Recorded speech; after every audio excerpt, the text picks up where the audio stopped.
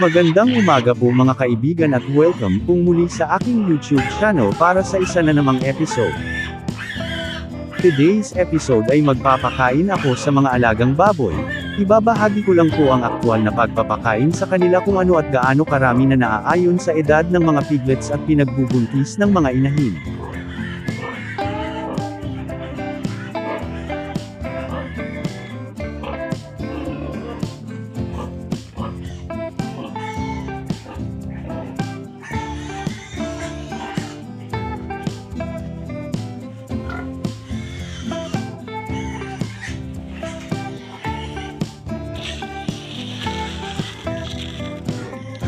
Si Nunay po ay under monitoring sa unang 21 days kung makikitaan na maglihit.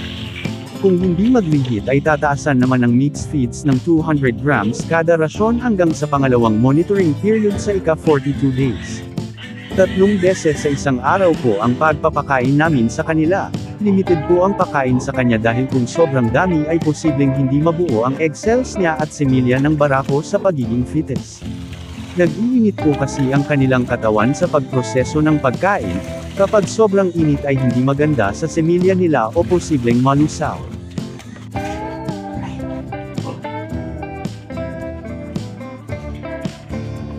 Kay Rasa naman ay kapag lagpas na ng 80 days ang pinagbubuntis ay magdadagdag naman ng 500 grams kada rasyon na mixed feeds hanggang umabot ng 100 days. Ang ibang dagdag bawas sa feeds pagkatapos ng 100 days ay itatampok naman natin sa mga susunod na video. Ang klase naman na commercial feeds ay naaayon din sa edad ng pinagbubuntis. Halimbawa kung kinakailangan na palitan na ang gestating sa lactating feeds ay siya naman ang ihahalo sa darak o rice bran. Ang sisal powder ay once a day lang po binibigay. Ito na po ang pinakabitamina nila araw-araw.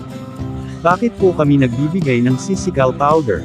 Mayroong calcium content po ito na kailangan ng mga inahin para patibayin ang mga buto at nakakatulong para maging magatas sa lactation period.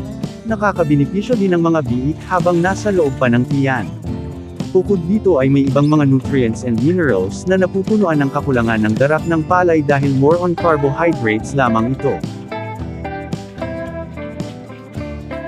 Sila naman po ay ang gagawing mga inahin, sinasanay na rin silang kumain ng mga dahon katulad sa nakita ninyo sa mga inahin kanina. Ngayon ay nasa starter stage na sila at gradual lang po ang increase ng pakain hanggang umabot sa grower stage. Ang mixed feeding o ang paghahalo ng darak ay ibibigay lamang kapag nasa kalagitnaan na ng grower stage, pagka 6 months naman ay umpisa na sa sisal at gestating feeds bilang paghahanda sa breeding pagsapit ng 7.5 months. Sa aming paniniwala ang ganitong sistema ng pagpapakain kung saan ay nagbibigay kami ng mga alternatibong pagkain ay mas nakakatipid kami sa pagbili ng commercial feeds. Basta mapanatili lang na maayos at malusog ang mga alaga, at ito ang importante sa lahat. May natira pang konting kangkong at ibigay ko lang kay Nunay.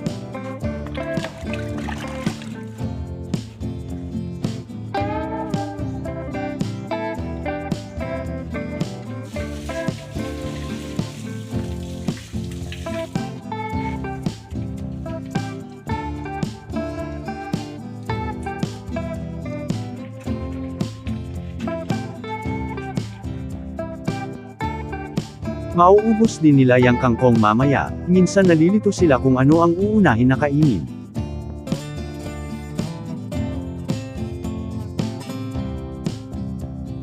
Hello po pala at maraming salamat po sa lahat ng manunood ngayon. Kung bago ka pa lang sa aking channel ay huwag lang pong kalimutan na mag-subscribe at hit the notification bell para laging updated sa mga bago kong videos. Maraming salamat po.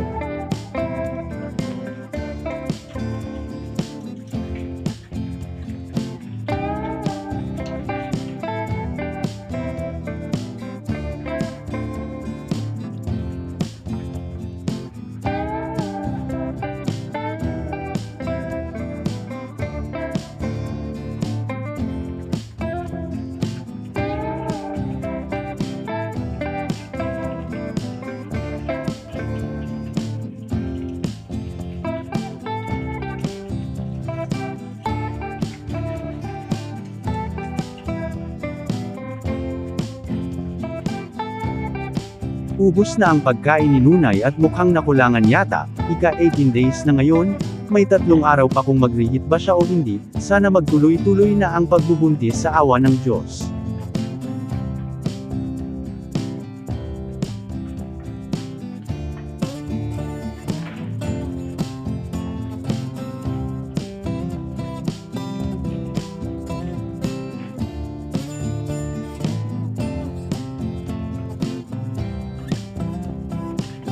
Naubos na rin ang mga dahon dito at tinatapos na rin nila ang feeds.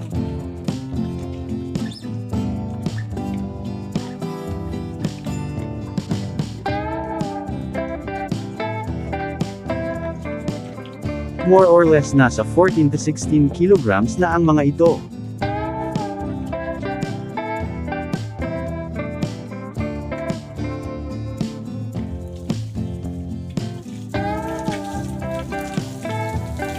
Maglilinis na ako ng kulungan nila pero hindi pa namin sila pinapaliguan. May tamang panahon po kung kailan dapat pinapaliguan lalo na sa mga piglets.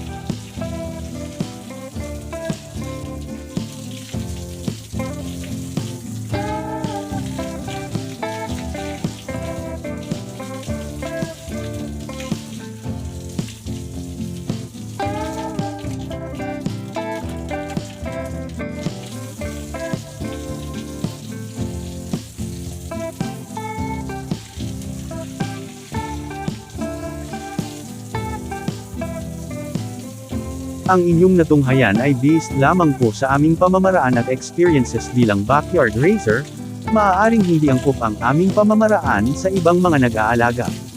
Maraming salamat sa panunood at sana ay nagustuhan at may nakuhang mga simpleng kaalaman sa munti kong naibahagi.